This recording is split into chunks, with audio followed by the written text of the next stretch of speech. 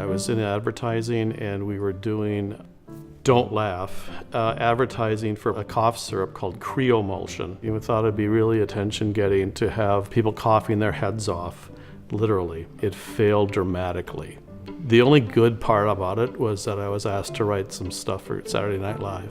My biggest failure was in the HR front. I always wanted to bring in somebody to run New Leaf because I knew it wasn't my only life work to run this business. I don't feel I had any conscious barriers to bringing on that person, but I never got around to it. My perspective on failure was informed largely by my bankruptcy of my company in India. Our investors sort of had this conversation with us, and we made the decision together to sort of shut down the company. It was heartbreaking. That part in itself was heartbreaking. I was so ashamed to talk about it. And it was only after being back in the US where I grew up for about a year that I realized people appreciated hearing about mistakes and failures.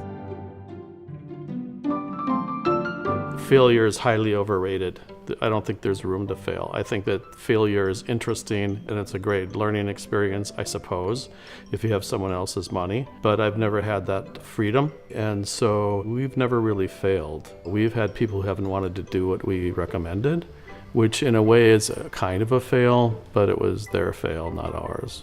My relationship with failure, it depends on my relationship to myself in that moment. There's a lot of self-judgment and blame, and it can result in more reactive behavior, and where that goes. Over time, I developed more personal awareness and wisdom, and that translates into failures being opportunities for growth, which everybody says, but when you actually feel it, it's a whole nother story. Aside from the fact that failure is okay and should be celebrated in a context of what have you learned, it's very easy to adapt the norms and behaviors of the environment in which you're operating. So even if you know intellectually that failure is critical to sort of learning and testing new ideas, you have to be mindful of the environment in which you're operating in.